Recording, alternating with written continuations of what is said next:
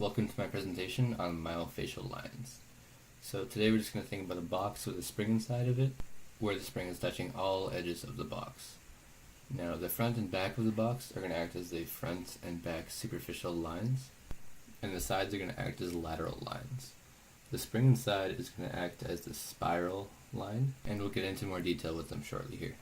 So the superficial back line aids in postural function by supporting the body in a full upward extension.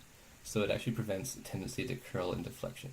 This is due to the higher proportion of slow twitch muscle fibers, and it also requires heavy-duty sheets and bands such as the Achilles tendon, hamstrings, etc.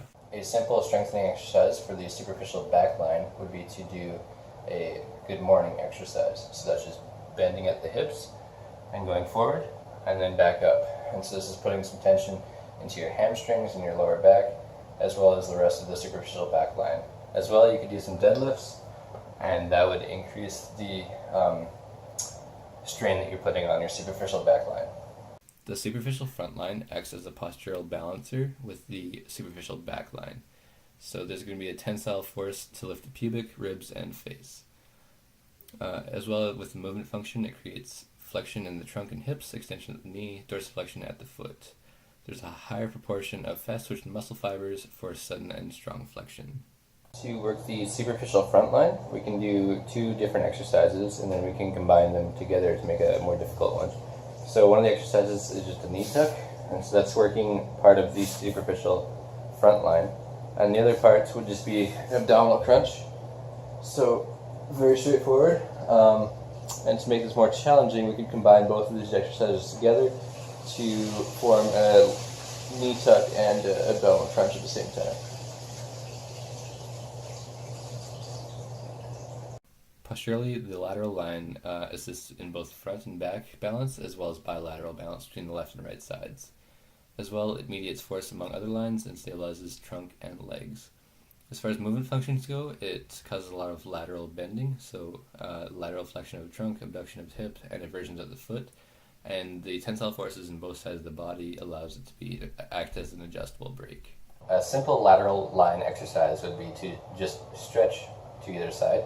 So as you're stretching, you're flexing completely laterally in one direction. And so to progress this movement, instead of stretching, you're going to be laterally flexing your core while holding a weight in one side.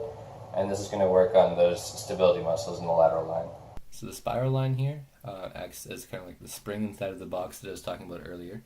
So as far as posture goes, it maintains balance across all planes, creates compensates for and maintains twists, rotations, and lateral shifts, and is rarely perfectly balanced, although it is functionally adaptable between the left and right sides. As far as movement function goes, it creates and mediates oblique spirals and rotations, as well as studies the trunk and leg. The spiral line is a bit harder to focus in on because of the integration with all the other myofascial lines.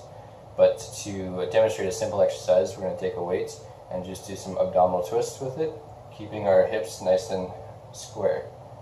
And so this is actually working most of the spiral line in itself, although there are variations you could do to make this more difficult.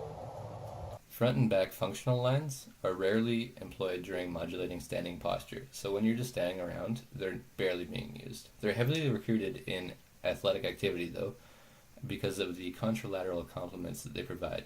So if you're throwing a ball with your right hand, you'll be planting your left leg, and this is a contralateral complement. So in summary, I hope that the front and back superficial lines, as well as the lateral lines and the spiral line, all kind of fit into that box that we were talking about earlier, where there's the two sides, the front and back, as well as the spring inside of it.